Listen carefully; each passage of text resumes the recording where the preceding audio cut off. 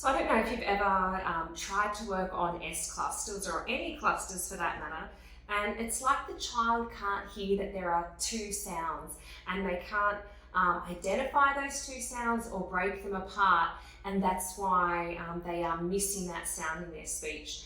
So I'll give you an example. For S clusters, so say something starting with the S sound, snake, they might not hear the N in there. It just blends so closely to the S sound.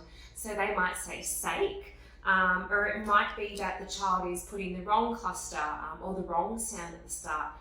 So it might be like try is pry, and when you ask the child to say their t sound, they say t pry, and they just can't hear that they're substituting the wrong sound in there.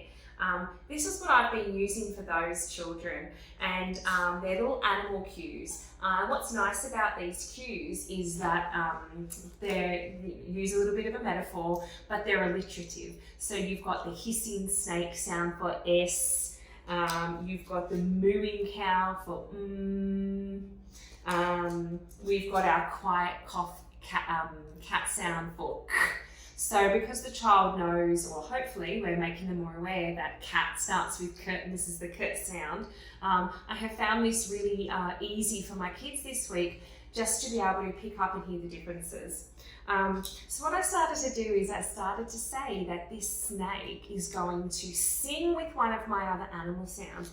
And they had to listen, and they had to tell me which animal was doing the singing.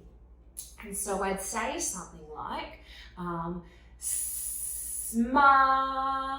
and I picked a made-up word on purpose, just because I really wanted them to focus on that second sound, and they had to look at all my animals and they had to pick, they heard the that mooing cow sound. I might say something like snee, and they would choose. So for example, they choose my neighing horse. When I did this with a little child, it became so much more easier for them to say the words, because I would let them know that we're going to make these two animals sing together. So here's my next word, or just say words. So snow, snip, snap, and the child now actually has a visual representation of each of those sounds at the words that previously they were only hearing one like that. So that was really, really useful today. And then what I started to do, it was a little bit trickier, but we were successful, is I use these for a 3-element cluster. So my original goal was an S, a T, and I've got my growly line here, an R. Str. That was my target, words starting with STR. This little child, they kept on substituting the P consistently. So what I would do is I'd take the timer away and go, oh no, what happened to our tiger sound? You said p. You said, our popping penguin sound instead. That didn't make sense. And so by taking these animals away and showing them, can you try to do this one? And then sometimes both, the second sound was deleted, and I say, oh no, what happened to the tiptoe tiger sound? I didn't hear his tss.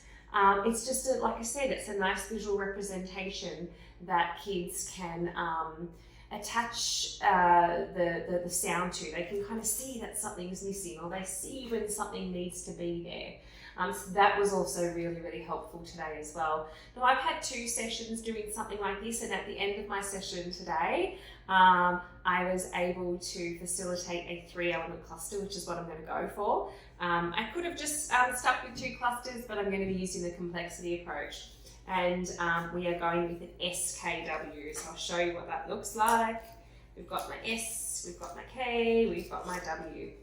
Sk, squ, like square, squirm, squish, squash. That's what I got today. But when I started this in my first session and I started looking at doing the complexity approach, I had to ditch it. I had to ditch all word stuff, because this little one, they could not hear when they were using the sounds. They couldn't hear the sounds in the middle of words. And if a child can't hear the sound, well then how am I going to be able to expect them to say it correctly?